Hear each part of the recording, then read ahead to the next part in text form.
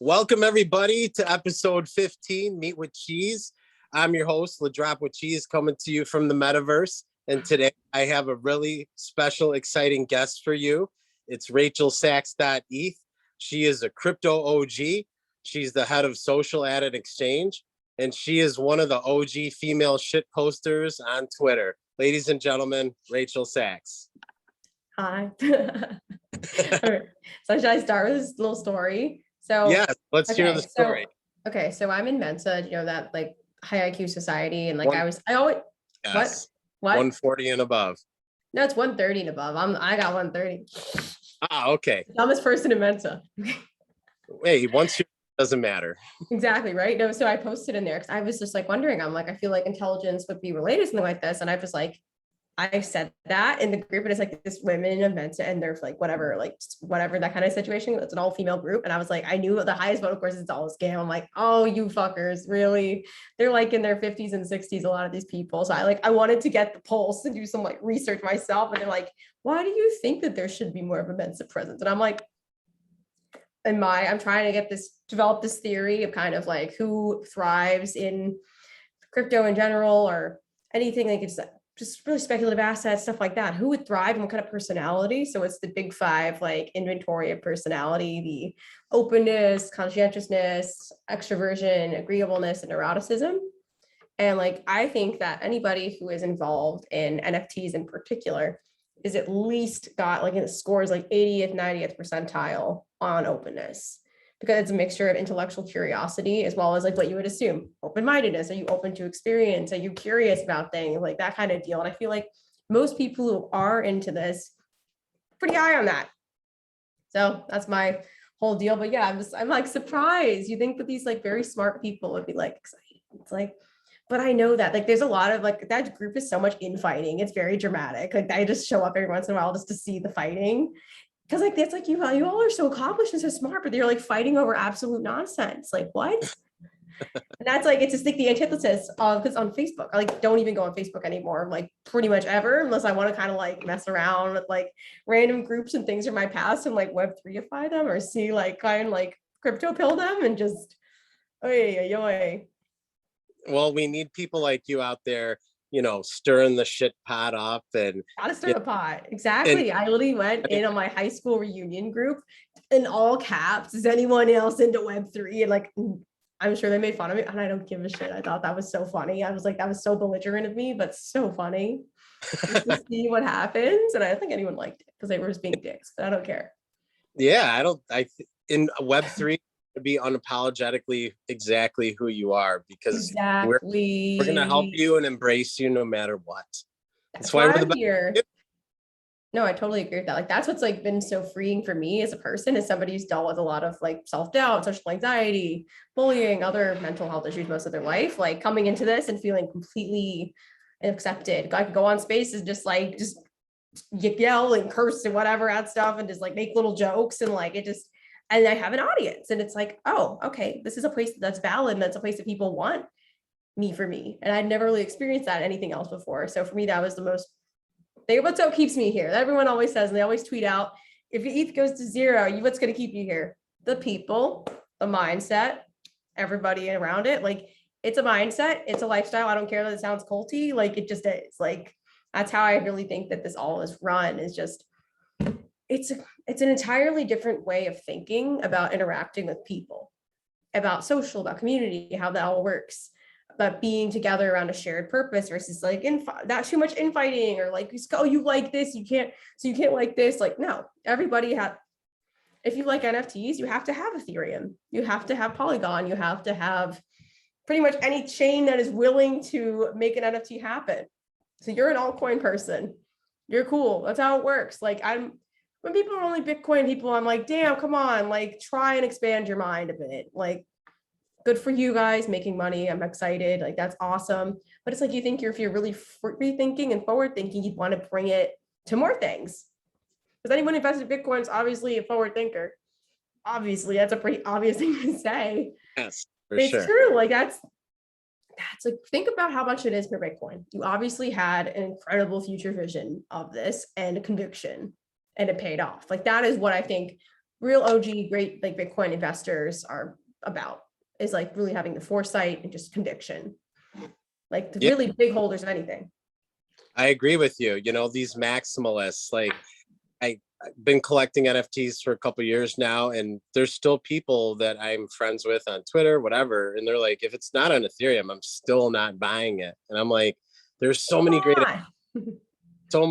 blockchains and projects and communities that you're just negating because of your maximalist mindset. So yeah, we have to convert. As much as we want to onboard people, we want to kind of lower the ceiling a little bit of ego on these blockchain maximalists. Exactly. I don't understand. Like, I don't understand. You think that your chain's always going to be doing the best. Also, like as a for returns, like even about more. I mean, it's yes, there's a big amount of what you can do with it, and like really, I mean, you can't really do. You can't. They're trying to build more on top of Bitcoin. There's a lot of cool shit. There's a company called Sovereign, I think, is doing some cool shit on there. It's like I think it's it's a DAO, Sovereign DAO. Yes, they're doing some very cool stuff with Bitcoin because normally the people are just like, oh, we're just going to hold value, but I don't know, you should want to diversify your assets. It doesn't make sense of why you wouldn't. Like that just kind of don't put all your eggs in one basket. I feel like that's such basic financial advice in general. Like don't put like that's life advice for anything. Like don't put all your eggs in one basket. Like give yourself choices, give yourself an option to do something else. But yeah, the closed-mindedness though is I think that's where all the bad shit that ends up like in the press, like or whatever. Like, yeah, I mean, I started a newsletter, like Crypto Player Haters, because I see like certain types of like publications that are really, really into crypto hating, like Vice in particular. You think that they'd be very cool about it? No. It's like almost like fear mongering some of that shit. I'm like, I just posted just with commentary back. So yeah, I think I see it so often and I'm just like, why? I don't understand. Like you'd think that their audience would enjoy crypto. Like the kind of person who reads, I mean, maybe not anymore. That's the thing. Certain things that were more alternative lifestyle 5 years ago are mainstream now. So maybe we're just wrong. Like that's the kind of thing. Like it's funny. Like I feel like so like Vice owns Refinery 29. Refinery 29 is like for women's website kind of deal, like fashion-y. It was like 5 years ago, it was a hot move to like aspirational to try to work there. Anyways, like they're owned by like they own each other. So Refinery 29 is actually a lot more favorable to crypto than Vice, which I find crazy. But at the same time, I'm like, you know what? Good for those reporters over at Refinery 29 who are really trying to speak to women about this. So, like, honestly, good for them. But you'd think that of all the publication choices, Vice would probably be down because they've been talking about like paying for sex and drugs and all that shit for years on that site and being like the main people breaking like big stories with that or doing these like, it's almost like, you know, they have the joke like HBO, like those like kind of seedy documentaries. Vice, I mean, they worked together, I think, and created that kind of form together. A lot of the like, we're in some random place following around a hooker. Let's see about how her life is. Like, those people are the ones being like, I don't know if I like Randy Zuckerberg's cringe video thing. And I'm just like, y'all need to chill. Y'all need to calm the fuck down about that. Or being like, here's something where people are being scammed and like, but I'm like, enough. Like, I get there's like I also like yeah. So when I see some people just making us look bad, people who make crypto stuff look bad or scammy or sketchy, and I'm just like, fuck. Every time I see it, I'm just like, fuck. Are you kidding me? Like you just probably just took down the price of all my shit. What were you thinking? Like these random people too. Like did not even be like fucking BitBoy Crypto starting some shit and that trending on Twitter. This little argument you're shilling, you're not. I mean, I've seen this. Like I know how much money he charges for like anything. That's, you know what, fine, but like it's like crazy that it's like that's the main story. That's what the outside world is getting about crypto is like this like childish petty fight against crypto YouTubers. Like fuck, still better than all the scamming, still better than the big scam stories. I will say that's still somewhat better, but it's not great. Right. Yes. I'm glad that you're putting it out there and airing them out, and they shouldn't be talking shit about something that's going to be so revolutionary to all of our lives. But early on in this interview, we know you're really smart and in Mensa. We know you're a big shit talker, and we know you're super passionate about the blockchain technology. So tell us a little bit about your background and how you ended up to where you are today. Yeah, so my fun story starts back in 2013. I wanted to just like one of my really good friends in college was buying Kratom when that was like illegal, like that kind of thing online. So he actually was the big brain with Bitcoin somehow. So I'm like, okay. But I was like, he showed it to me, like what Silk Road looked like. And I'm like, oh, this is fucking cool. Like you can just buy weed. What? Like I hate the rigmarole that you have to do with a dealer. It's like a friend text you, you have to ask for, you say, I want weed, find some friend who has the number of some random dealer. And then you're like driving to like who the fuck knows where in some random apartment and being like, oh God, trying to put a bunch of cash together, trying to hit the ATM on the way there. And like, it's like a 2 hour long movie, like adventure, but like you're stuck sitting there in some random person's house. It always smells weird because people don't like sitting in other people's houses in terms of smell. I feel like all the time, like that's something no one wants to talk about. Like everyone's house smells different to each other. So you're like just nose blind to your own stuff and your own scent. You go into this like skunky ass, like random dude's house, probably in someone's basement. You're sitting around and you're like, do I smoke with them or not? Like, I would love some more free product, but how am I getting home? Will this fuck me up too much or what am I doing? So I was like, I want to avoid the rigmarole of all of that because I hate it and just have shit sent to my door. I don't know how I'm going to pull that off, but like, we'll see. So I looked online, tried to find as much random crap on Google. There was like, I don't even know what the guide was called for it, but I set up a wallet. I made a seed phrase. I didn't put any money into it because I didn't know anything about my own bank account. I was in college. I had like a bank account for my parents. I couldn't do wire that way. I was like, I'm not going to use credit card. Like, I think they actually did let you use credit card. It's kind of crazy. You'd think for like whatever service. And also it was like, oh, you should have done it. You should have. Holy shit. I think I do have some. Oh no. I think I did get money. I'm just realizing this. I sent something somewhere on that computer. And that hard drive is long gone, but I don't think I spent any that much money. I think it was like $10. Well, what's 10 times 20,000? But don't worry. Or maybe that was just setting. I think I just set up the wallet. I think I just successfully set up the wallet. I don't remember if it'd be worthwhile. Yeah, it'd be worthwhile to at least log in. I don't know. I don't know where I can check. It's gone. Which wallet did you use? Do you remember? Mt. Gox? I'm sure there's got to be some way for you to cover your Bitcoin in that wallet. I bet I can find something on Mt. Gox. I wonder, I must have sent it. I must have sent it to an email or something because I keep my university email still active because my burner email for random shit, but I think it deletes stuff. Damn it. No, I know I did something and I sent something somewhere. So I don't know if that was money. I don't know if it was a transaction. I don't know. Although I did buy a full Bitcoin and then panic sell it back in 2020 because like I was between jobs and I was just like, oh, wow, it's so low. Maybe I should just, I don't know. I downloaded Robinhood, LOL. Like honestly, it's fine that I sold it. I didn't sell it at a loss. I didn't sell it. I didn't make anything off of it really. I sold it pretty much almost back to like what it was at because I didn't understand it really that much, what I was doing with it. And like the fact of like, oh, like Robinhood's like custody of their wallet. It's not real crypto. It's just not real crypto. Even if you buy one full Bitcoin from them, it's not real. So you're buying a piece of what they have. So like, fuck cashing out on that.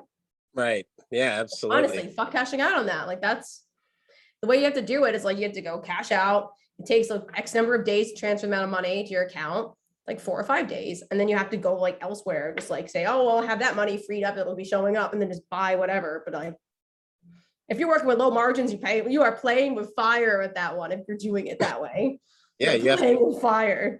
Got to own your own keys. That's for sure. Yeah, it's like it's weird that they have that. It's crazy that people. I mean, that must have been. I wonder how many people really got into more heavy crypto investing because of something like Robinhood. Probably it onboarded a shit ton of people.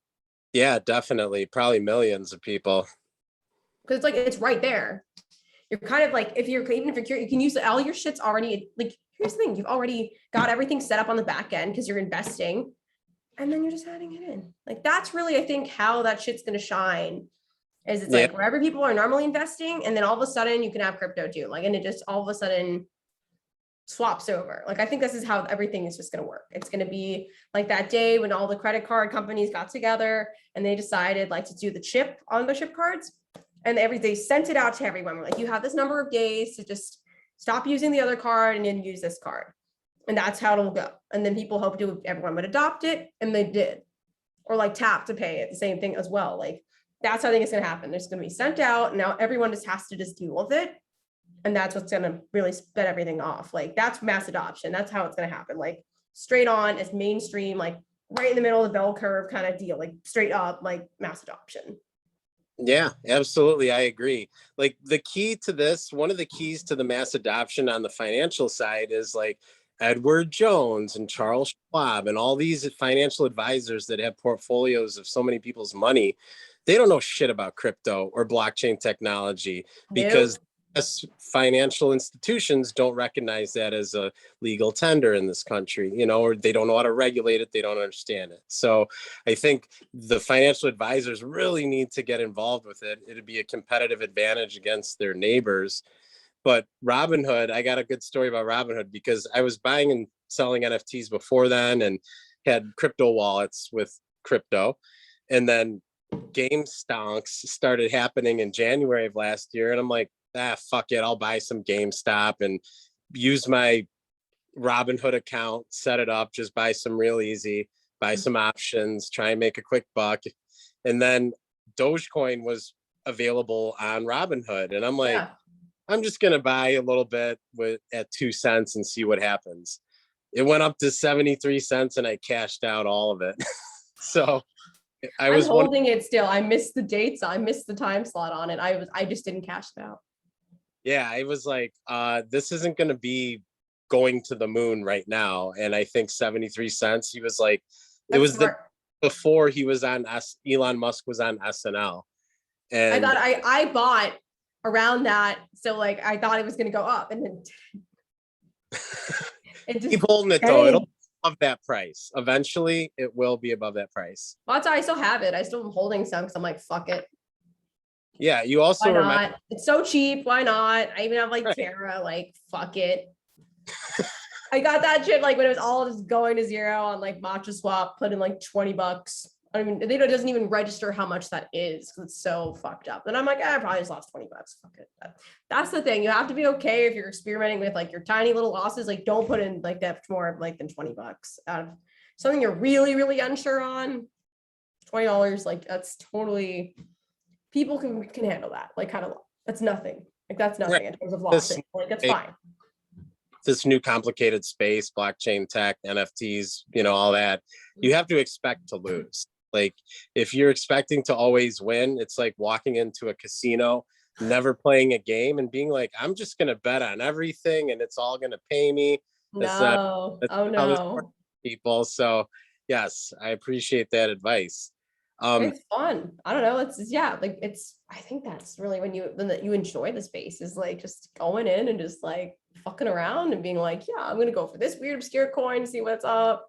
And like, there's no feeling quite like getting like a super crazy parabolic kind of win, just like insane, like exponential, just like, you're just like, 2000%, like, fuck, like this is the best day of my life. Like that kind of thing. And it's like, even if it's like you put in like $20 or something dumb, but you're just still like, yeah, I'm fucking got it. Like, I'm going to go flip this into something else and keep going. Like that's, my taxes were a nightmare because I did so much of that in 2021. Holy shit. It was like 36 pages of like things I had to like go through. Wow. I do my own taxes though. It's weird. I like it. It's weirdly soothing. I don't know. I'm very good at it. Like very good at it by now. It's weird. I would hope you'd be good at everything that requires some kind of intellectual bandwidth because you're in Mensa. So I don't know if anyone heard that earlier, but she's in Mensa. Oh God, yeah. No, it's it's funny. The gatherings are like, I'm not that impressed. I'm always like, I go into the group stuff and I'm like, I'm not that impressed. There's not like a lot of young women in it either. So I'm like, that's yet another place, more places. I'm like, where are all the young women then? Where are they? If they're not in crypto, where are they? They're not at crypto stuff. They're not in mental stuff. They're not, where the fuck are they? They're traveling around taking pictures on Instagram. My sister. That's my sister. That's what she does. My sister is mildly TikTok famous. It's very strange. It's very funny. Like the video she's most famous for is like this video of like talking about her like getting her period on her boyfriend's bed and like their entire family taking the mattress out and like cleaning it. Oh my God. 2 million views. 2 million views. What the fuck? See, the algorithm is insane. I don't understand TikTok's algorithm at all. What the fuck? So what is her name on TikTok so we can all follow her? Right? Caro Beth, Caro. I think she's an underscore Beth. I don't know. I see. I don't even. I show up. I don't like TikTok's just too much. It's just too much of a rabbit hole to get sucked down. It's too. It just feels too shallow for me. Yeah, it is a lot of It's shallow. I'm doing today, and it's funny, and I'm making it's so dumb. Some of that shit is so stupid. I'm like, I don't care. 90% of them, I'm like, I don't give a shit. Why are people amused? My God, like. I will go laugh at some random shit on like Twitter from like Minister of NFTs, and it could be like the dumbest thing, but I'll be like, ho. So I'm like, who am I really to judge TikTok people? But at the same point, like at least it's intellectually stimulating somewhat, at least being able to get the in jokes. And like any NFT MFers little ones, it's always funny. It's the best kind of shit posting. It is always funny. Like, like I would say like kings of that, Minister of NFTs, Alan Carroll, like those are like solid like crypto Twitter accounts that really just like nail it on the like NFT MFers like jokes. It's like perfectly. Like they're so good. And we got to follow you on Twitter too, RachaelSacks.eth. Yes. For everyone out there. But your Twitter handle's different, right? Mm-hmm. It's Ransax, but I actually have the ENS for as well. That's like what I've gotten into a lot lately is ENS. That's been my shit. Like ENS domains have been my thing for fun. I've been having way too much fun with it because I mint them. I'm not a chump buying it on secondary. I like to mint. I like to be like, what kind of insane word or phrase or thing is there? And like my husband gets involved with it. He's actually really insanely good at ENS domains, like coming up with them, like scary good. So like, and he's like, it's fine. What do you got? What have you bought lately that are some really cool words? The one he came up with, which is so fucking funny. And I kind of I'm excited to see who the hell tries to buy this. It's me, Donald Trump.eth. That's literally what it is. It's me, Donald Trump.eth. Also, the king one I am saving and holding. It's fuckyourdow.eth. That's like an amazing way to like just go after people. Like that is the king move, is to literally have that or have that be an account or something. Like I could see it like what CoinFessions is doing for the ecosystem. I could see like fuck your DAO being like that, but yes. Did I just come up with something? Did I just come up with like the king of like items? I got something for you. You can buy it, but I just want a little percentage as like a referral fee. What about fuck your DAO or DAO to fuck? Like I have down to clown. That's a king one. Down to clown.eth is incredible. It's so good. I was so happy. I was shocked that was available. Like there's a couple that I've been like shocked that someone has not minted yet. You know which one is not available? It's LaDropWithCheese.eth. Do you have it or did someone else have it? Okay, I do. Good. I was gonna say, would you sell it? How many ETH would it take for you to sell it? Man, it would probably have to take like at least 25. That's a fair answer. That's a pragmatic answer. Like 100 people will like, really, if you're really going to do 100 for that, like it'd be crazy. Like I'm like, what? This is a Bored Ape. It's not like that. 25 is totally yes. But I tried to get cheese.eth because that would be a better, shorter, abridged version, but someone already bought that. And you know what's really hot right now, since you're into ENSs, and I heard about this on NFT Twitter, you know, is the 5-digit ENS names are really what's people are like buying and selling a lot of right now. So if you have any 5-letter ones or 5 digits, you should pick up some of those, because even like 0.0001.eth, that one just sold for like 10 ETH.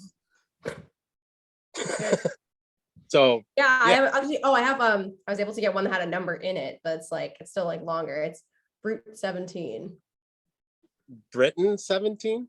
Route 17. Like it's actually like a highway. Route 66 was obviously okay. Cool. But it has 17. Hey, that's still something. It has 17. I'm shocked it was able to get around the actual system for how this works. Like sometimes there's like, because it's just figuring a way around the system to have it really is like what number, how can I squeeze a number in and not be paying like the insanely high renewal fee for something like that? Right. Absolutely. That's really cool that you're into that, and your husband is too, but he's not really into the blockchain tech like you are, but he's down No, to. but he understands it. That's the thing. Oh, He understands it. He's an engineer. He understands these kind of oh, things. It's yeah, like perfect. that's how this shit kind of works. But he's just like, it's a little skepticism here and there. Like, is this really? He's really skeptical. He actually is skeptical about ENS domains. He's like, is this really gonna make you money? Like, let's go see when it makes you money. Like, someone please buy one of my ENS domains, man. Like, got my page on ENS Vision. Like, someone buy one for me. I'm having way too much fun with it to stop. I want to just keep going. But I'm like, damn, am I at the point? I think I have like 55 of them or something. Like, Oh, I'm at the wow. point. But it's like, how much is this bull? He was like, how much is this bullshit costing you? But I mean, I'm minting them. So it's costing me like $5, $8, 10 if I'm, or like, honestly, one of them was like 20 because of just like timing. My name actually, when I purchased it back in like November-ish, was like $90 minting it. Like that was insane at the time. But like, think of where everything was though. Yeah, you didn't think it was going to go down so quickly and stay there. I sold some at the top though. Like I did a good job with selling some ETH. I sold some at 4,600. Wow. I know, but I didn't have a lot, but I did sell it and I cashed out like $1,200 of it. I'll just like take it out of this whatever, but I'm sure I'm gonna what the problem is, like when you want to just take it out, but you're like, because you want to see your bank balance look better, but then at the same time you're like, but this kind of is where the bank is going to eventually go back here. So why am I doing this? Am I just being stupid and like paying a fee for no reason? Although like Coinbase One was weirdly like a move. As much as I'm like, I wanted to hate it and think, oh, that's so stupid. Like I saved way too much money with it. I'm like, fuck it, I'll take it. Yeah. Like each trade, it's like it pays for itself. I think it's like $20 a month or something. They take it out of your account, like fuck whatever. But you save like, yeah, because honestly, I'd be buying like, I'd have to buy like 800, 1,000, whatever at a time. Like back a couple weeks ago when ETH was at like 1,000, I had some fun, went shopping. But I went shopping. But yeah, it's funny. I mean, I have so many friends who like to just buy like really insanely expensive purses, and I just buy insanely expensive NFTs. That's what I do. I think I was like, I got a Goblin Town, and I was just like, this might be the most expensive thing I've ever purchased in my life in one go. I literally think it is. Straight up, I think Goblin Town is the most expensive thing I think I've ever purchased. Well, congratulations. What other NFTs do you own in your collection? It's like, which ones do I got that are worth bragging about? Got a lot of junky ones, of course, but I feel like I am like the queen of like the mid-tier, like minor blue chip potential, like female-led project ones. Like I have a World of Women Galaxy. Like that's exactly what I would define that as. My profile picture I use is my BFF. I have Crypto Coven was the first NFT I minted. What was the first one you minted? It was like this weird psychedelic dollar bill that was on OpenSea, and it was like 75 cents in Ethereum, but I paid 120 in gas. So I learned quickly what's going on. How does this gas thing work? Oh, okay, now I'm starting to see it. But holy shit. Since then, I've gotten a lot more wiser, and I do have a collection of Banksy's on the Engine blockchain, and I do own some of his exposed walls NFTs. So those are really valuable ones. I bet they are. I didn't know he even had those. Holy shit. Yeah, he minted them in January of 2020. And I got in really. That explains it. Okay, that makes sense. I got in when they were, I think they were like 5 Engine tokens. And that was like nothing when he sold them. And then they started going up and up. I got in when they're, a couple $100 each. Now they're like, now one of them you can't get for less than 40 grand, So it's like, okay, I'm just going to keep holding. We're just going to keep holding here. It's a Banksy. You keep holding. That is exactly it. He ain't dead yet. Keep holding. Yes. That's all art. Anything, just like wait till keep holding. They're not dead yet. That's when it will skyrocket for some dark reason. That's what all art. That's how it works. For some fucking reason. That's how it all works. The moment the artist dies, the more valuable the artwork is. That's messed up. Right. But that's like that is the going rate. That's the rule. I'm like, that's like all the I'm trying to think like Takashi Murakami, those ones. He's not that old. He's oldish though, but that's gonna be. It's interesting to see like the mainstream artist collaborations. It's weird that they're not that many. I find that strange. More artists, like mainstream artists, aren't doing that shit, or like the estates of like the whatever family, like various famous painters and everything. Like, why are they not doing that shit? Yeah, it's just starting to happen. Like Biggie Smalls just had an NFT drop on oneof.io, Shut up. That's crazy. and they released some music that was previously unreleased because it was the estate that made a deal with the marketplace. So we're That's what they starting. should be doing. That's Yeah, hell yeah. what do you think about music NFTs? I wish I knew more. I was like at an event last night. A lot of people were talking about like creating them. And like I have like, I think it's like, what is the app called? Like Audion or something or Audius. That's yeah. Audience. Yes. I know. I'm thinking Audion's like EDM, like so EDM performer. Yeah. I'm like, I don't own any yet, really. I think that's the next thing I need to kind of like unpack and be like, what do I like? Like, I think it's like so cool I like when it has like a background to it, when they have the full on experience with music with it. Obviously, it's like definitely preferred. Well, yeah, it's interesting, like what people are going to do with that in terms of owning their own IP and what they can do with all of that too. Yeah. So if you're looking to start collecting music NFTs, Audius is definitely a good platform. It's kind of just like a Web3 version of Spotify. Yeah. But Dapper Labs, they have NBA Top Shot, NFL All Day, a lot of bands, but they have something called Record Shop. And all these artists, it's very EDM heavy right now. That's fine with me. I love EDM. So I'm like, Fine okay, DJ, I like was buying all the ones that I knew, but there's some like NFT mixes, the first ever NFT mix by this DJ, and that's you can, so cool. so a lot of these NFTs are just trading for $1, floor On price. what, on Audius? Record Shop. It's basically Record Shop with no vowels. So RC. Oh, okay. That's cool. Let's see. But yeah, that's a good one. Just to kind of sign up, get a Dapper wallet. You don't need a wallet necessarily or crypto. You can buy everything with a credit or debit card. That's amazing. Why don't I know about this? I'm like this is a great way to like really onboard people. Shit. Yeah. And then the cool thing about it is they will airdrop you NFTs randomly just for being a of the community.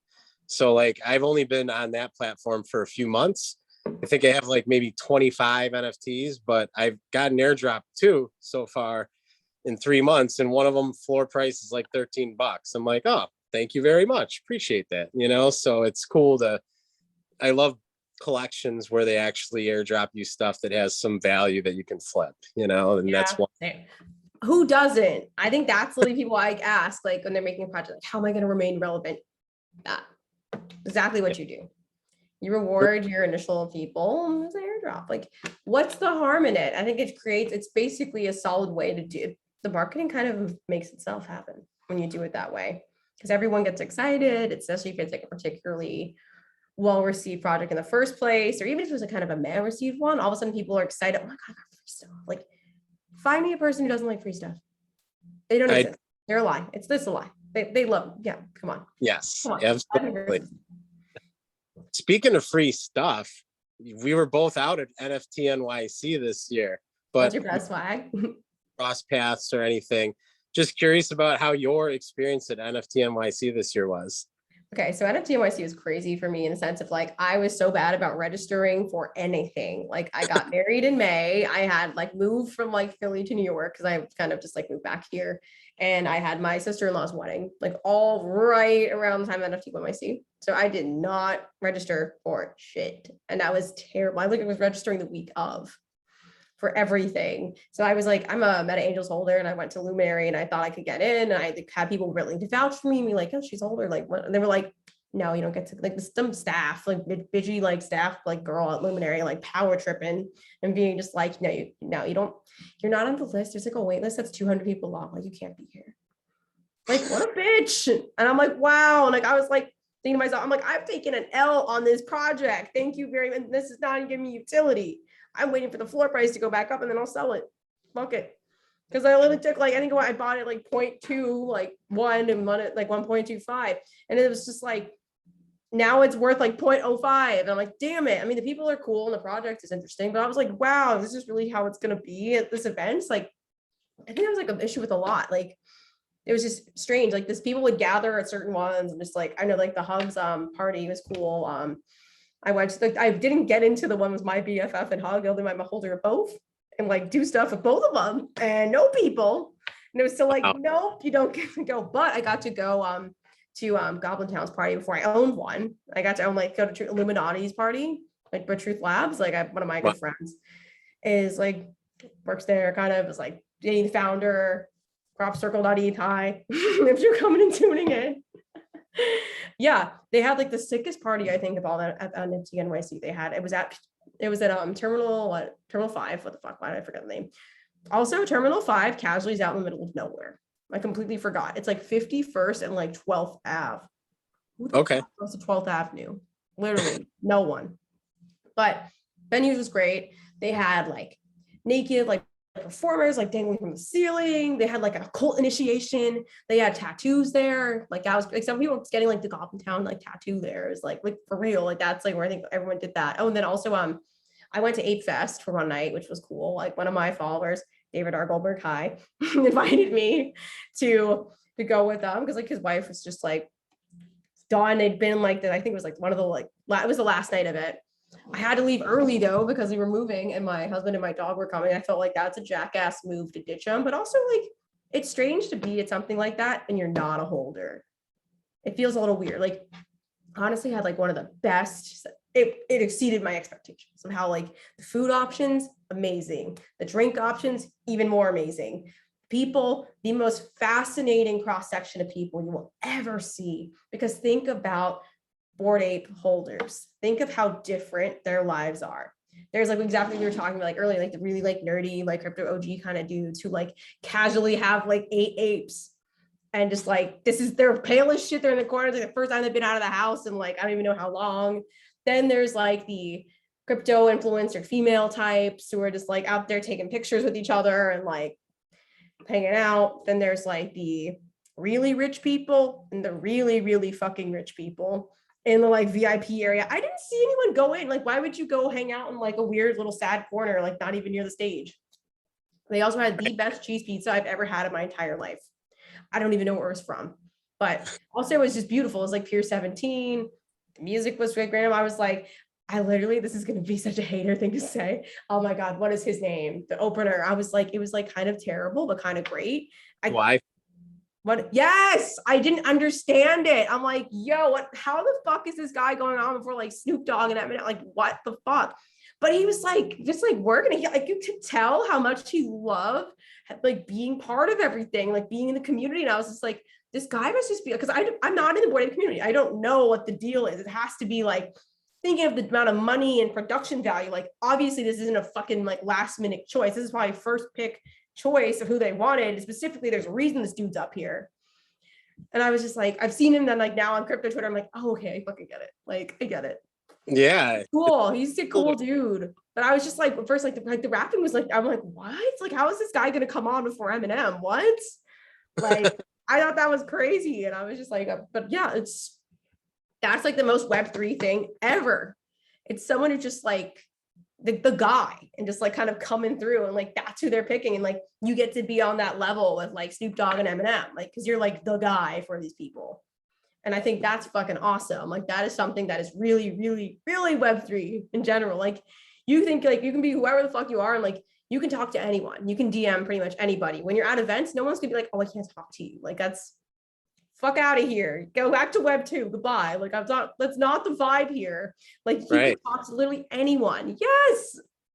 That's the best. That's the best part of it. Like that makes sense. Like it's what I love the most, honestly, about it over everything. It's like there are no fucking terrible societal rules that suck to deal with. But like you have to like the ones that to me personally just suck in particular, like, oh, you have to have this kind of etiquette to talk to people. You need to have this intro or whatever the fuck. Like I got to chat with Franklin. Like I do what the fuck you want. Like that's amazing. You get to do what the fuck you want. People follow everyone. Like I like when people follow me, I follow them back. I like as soon as I'm aware that someone liked or interacted or engaged with anything of my content, I will follow them. Or when I realize oftentimes I see it and I'm like, oh my God, they follow me. Shit, I need to follow them back. Like I hate people who think like, oh, I need to have the ratio of followers to like following correct. Like fuck out of here with that. I don't care. That's a shallow thing. Like why Why would you like try, like, if you want to see someone's content, you want to see someone's content, fucking follow them. That's insane. Like, do you really want to be like, oh, damn, that dude, what the hell is his name? I really wanted to see this. Like, and then be searching for it like an idiot, which Twitter's like absolute shit searching algorithm for like usernames. Do you ever feel like that? Like Twitter's algorithm is absolute shit for that.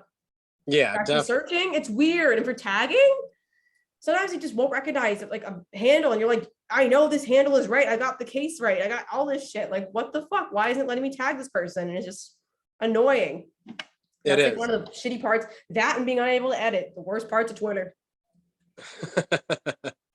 I It's can like agree with insane. those. Yes, for sure. But yeah, Web3 it's freeing, it's all about freedom. And, I'm kind of curious, the metaverse, everyone has a different idea of what the metaverse is. Some people think it's like a game or, a VR headset. But what, in your words, what is the metaverse? I'm such a weirdly metaverse like hater for no reason, which is weird because I'm like open about everything. I'm like, I feel like it's not there yet. I feel like it's gonna get there. It needs like, my thing is like, I don't want to be going to a meeting in the metaverse. If I'm in the metaverse, it better transcend time and space. It'd be fucking awesome. Like I need like an orgasmic experience. I need something out of body. Like that's the metaverse that I want to see. Other guys, I'm like, I don't know about that. I don't want to be aware that I'm not in it. I don't like the clunky goggles. I hate the goggles. Like they just get sweaty, your eyes hurt, and you're too aware of them. I feel Right. like I don't want to be aware of the fact that I'm in a different reality. I want to just like be in it. Like not like it's like being like lucid dreaming. I want it to feel like lucid dreaming, basically. That's exactly what I want. Like I want it to feel like just a different version of reality, maybe alternate universe, something kind of insane. Like you want it to be beautiful. Like that's the thing. Like it's kind of still a little bit blocky. It's still like kind of just figuring its shit out. But once it figures its shit out, it's going to be glorious and like insane to go into and think about it. Like, but then the thing is like, are we all going to be like in Wall-E where like we're just like on the little thing in front of us and like we never leave? Because I'm like, you're going to be buying clothes in the metaverse and not in person. You don't need to like work out. You don't need to do other things. Like what? I'm confused. Like that's, but I don't know. It's something about that is really freeing, I guess, for some people. But at the same time, like you still need to interact with the real world. Like if they could totally just like put you in a little pod and like nothing exists, like what? Like I find that to be so strange. Like, I mean, all those dystopian things say that. And I'm like, why? What's the point? Like you still need to have money and infrastructure to support all these people in these pods. So why the fuck are they on another planet? I mean, from reality, it's still in pods. Like who's funding this? Where are the There you funds? How are the funds not running out? Like I don't get it. Although it could be cheaper than actually humanity existing and kind of doing everything. So technically it could be cheaper than the amount of like taxes and money being printed and other shit keeping it afloat. But at the same time, like, I don't know about that. So you're talking about like Zion in the Matrix world where they're just in Yeah. their Yeah. okay. Who's funding that? Why doesn't the world need to exist around it? Don't people need to be patrolling it, making sure that there's no like people coming out? How are people going in? Right? Like they're just never going to come out? Like no more people are being made. They're just going to put all of humanity in there? Like, what are you going to do? What if you're giving birth? What are you going to do? What? So someone's born outside of it? Think about it. Like the logistics on that shit just doesn't add up to me. Right. No, I agree with you for sure. There's a certain level it can go, but it can't go that far. That's my thing about it. It's still developing and people are still figuring it all out. And what kind of things do people want to see? Like, I mean, you still need to have enough that you're interacting outside of the world a little bit, at least. You want to have that. So it's just interesting. It's like how much effort is really, truly going to go into it? How deep are people going to take it? Will people elect to just live metaverse only? Like, again, they might. Some people might do it. Set price, like maybe. I could see that being a weird thing, like having a metaverse token, like for that experience specifically, like, and then you build upon the other metaverse that other people are in.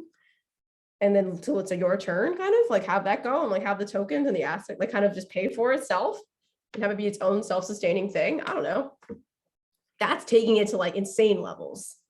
I think where it really is going to be like kind of like Roblox, like going into like, it's kind of like, I think play to earn games and things like that. And like virtual land and great for events, I think, especially because I think we're going to have more and more global pandemics. I don't think we're done.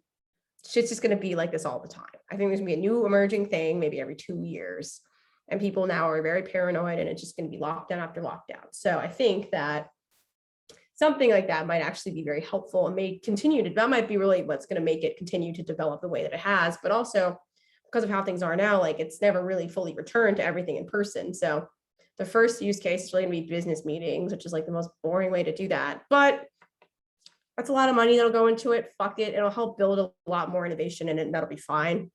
Because like once business people are into it, it trickles down. Like same like Zoom, think of like that, like Skype, all of that was really for business people, and then just trickle down to the general population. So I think that's how it's really going to go for it to really work, and for the amount of money to go into it that it needs, and like mass adoption will just be exactly in that order. B2B, and then just trickles to consumer. Because that's how it'll be done, and it'll be nice. If it's just VC backed and just that kind of shit meant for retail, it's not going to be good. It's good. The corporate buy-in needs to happen as much as everyone hates it for it to actually become good. Because the basic functionality, totally a business meeting, 100%. Like you want to do basically no work, but you want to charge a lot of money. That's how you do it. Charge all these businesses, have it be like a stupid convention or something, like charge $300 a ticket, something stupid, because you can, and just use the money to pay devs and make better shit. Versus just sitting around and just, trying to come up with a company, find the kind of thing. Like you need firepower for it to be good. Yeah. So you hear that, corporate America and companies, you need to start embracing the blockchain technology. We need you. Yeah, people are gonna be haters on it and say like, fuck corporate America, man. Fuck it. The centralized shit is gonna really, once they really kick off to it, there's money, and it's gonna be good for the actual decentralized shit to kind of pop off. I think it's gonna be really like remain as two separate total streams. The corporatized, like financial centralized situation, but it's still run on blockchain. And then there's like full on DeFi, like craziness. Like I think that just has to coexist for it to really work. And I think that stuff will be cross-chain that way, but still like there will be a lot of people who prefer to be totally decentralized. And I think that maybe once the banks are over, they're not going to like it, but I think they have to understand it. They have to get it and be like, okay, people are taking all this money out of our bank because you can't do all this shit with it. And it's gonna be some other bank or some other decentralized thing. But then it's like, okay, what even is the definition entirely of defining a decentralized bank with a centralized bank for a lot of people? Because the fact is there's going to need to be one or two like corporate entities that you're putting money into that are like some form of a bank. Like it's not like it's going to be like a huge one like JP Morgan Chase, like Bank of America, like that kind of shit.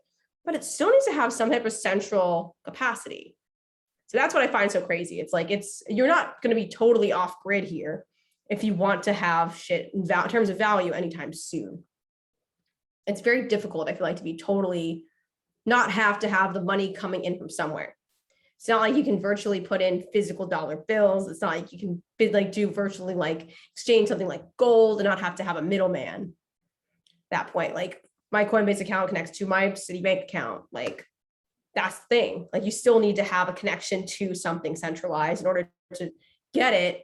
It's just, I guess, making enough money that you can kind of taper off. But like, why would you like what? Just putting all your money into Coinbase and just being like, fuck it, and then never going back? Like, I don't know. I don't feel like that's practical for people. Like, there's still so many things that haven't gone over yet. Like, I have to pay my rent in fiat. You got to pay like bills in fiat. Like, there's all these companies that are like, oh, now they're gonna like convert it over, but like, is that a smooth thing? And aren't you being upcharged?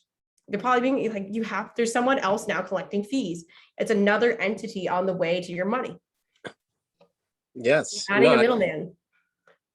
We need to get rid of all those middlemans, but I agree. We need corporate money in. We need everyone's money in, all the Edward Joe's investors, all the private investors should be getting involved in blockchain investments, even if it's just on the cryptocurrency level and they don't have any idea of how it works, because it's not going anywhere.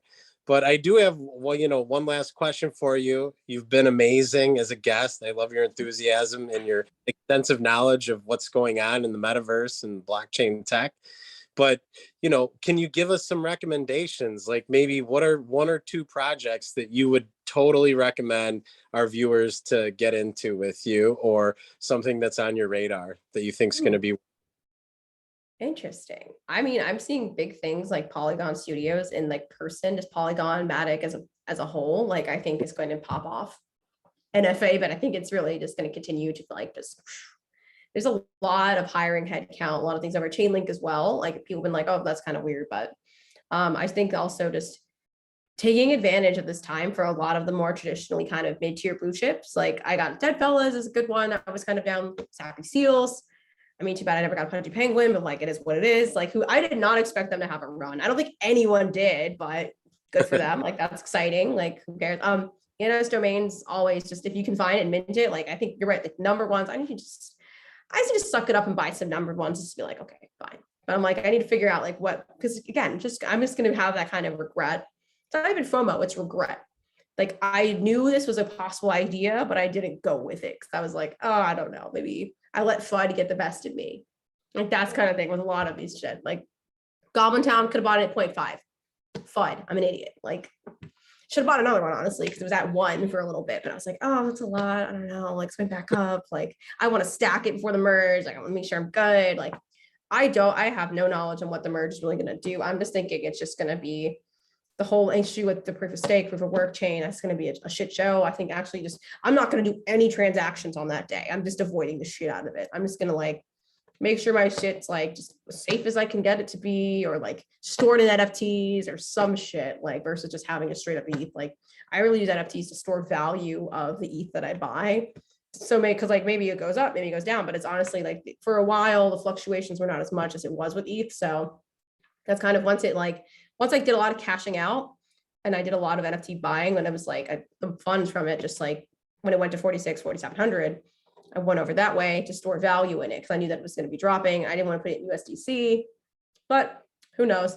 Probably failed. But in long term, I think the more people come in, the more your like crappy mid-tier blue chips are going to be valuable. So I think that's it because people can't buy in at the Bored Ape level. They can't buy in at CryptoPunks level. Like the average person, like there's a lot of normies that came in and bought Bored Apes to store value, like because they don't want to be taxed. We get it. We understand. Like that's totally a subsection and it's interesting to see them show up at anything. Same CryptoPunks. Like it's interesting to see those people show up. But I'm thinking like average retail investor who has a Robinhood account, who is like had all their average stats 31, 32, like they're going to come in and be like, okay, I want to buy an NFT, but I don't know what. And what's a comfortable price range for me? Like I think even the shitty ones that went almost to zero will be like at least 0.5 by then. Like at least, and that's I think where people feel comfortable buying in, depending on the price of Ethereum. But that's where they're going to feel comfortable feeling like this is a splurge investment, but it's still not crazy. So I think a lot of the crappy bottom tier rug projects, if presented the right way, people will buy them.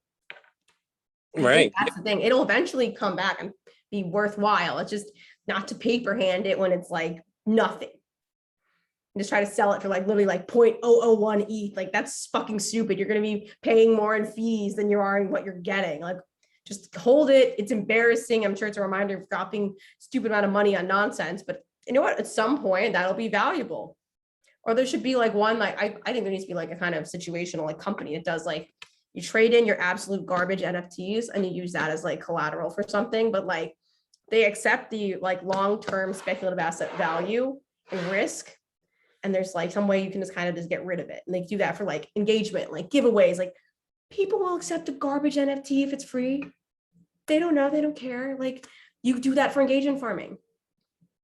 You give away an NFT that you paid because it pays back in other ways. Like honestly, it gets you engagement, it gets you more following. Like I've been like, do I just start doing that? Because like fuck it. I got enough like stupid ones. I think I have like 100 and something NFTs. I don't know, something ridiculous.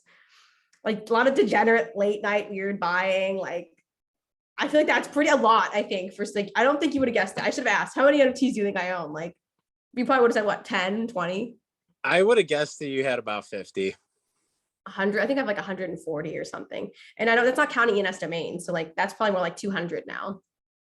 Wow. Yeah. Keep going. Don't stop. It's fun. It's a good time. I enjoy it. I don't care. Like, it's fun. I'm like, you know what? Probably most of my net worth is in this right now, but like, who cares? There's worse things to buy. Exactly. And you're making a for yourself based on where your passions lie. And exactly. I appreciate you giving us all this good advice. I agree. Matic is going to the moon. It's going to be worth as much as Ethereum is nowadays in a few years. There's no stopping it. They're too big. They got too much money flowing that way. So yeah, I'm Thank really you. glad you took the time to speak with me and gave us all your insight. So happy to have you as my guest today. Thank you Oh, so much. thank you for having me. This was so much fun. Like, oh, I love it. I love just talking about this. I could do this all day. Yeah, we should do it again. Of course. All right. Thanks again.